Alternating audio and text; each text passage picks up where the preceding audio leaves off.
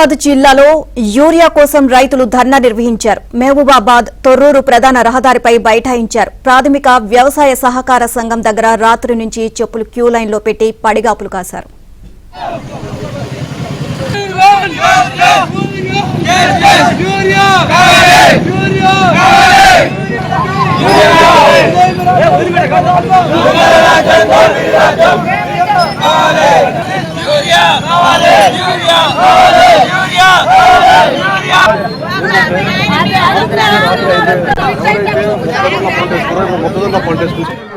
మేము యూరియాల కోసం తిరుగుతున్నాం.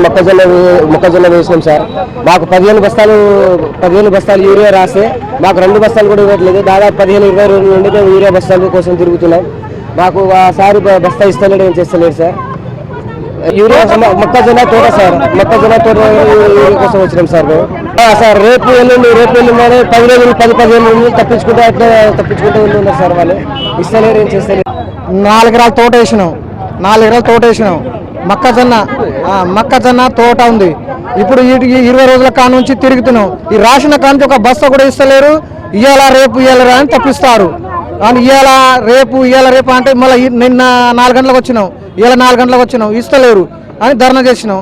15 బస్తాలు అని రాసిండు సార్. 5 బస్తాలు కూడా ఇప్పుడు దాకా ఇస్తలేరు.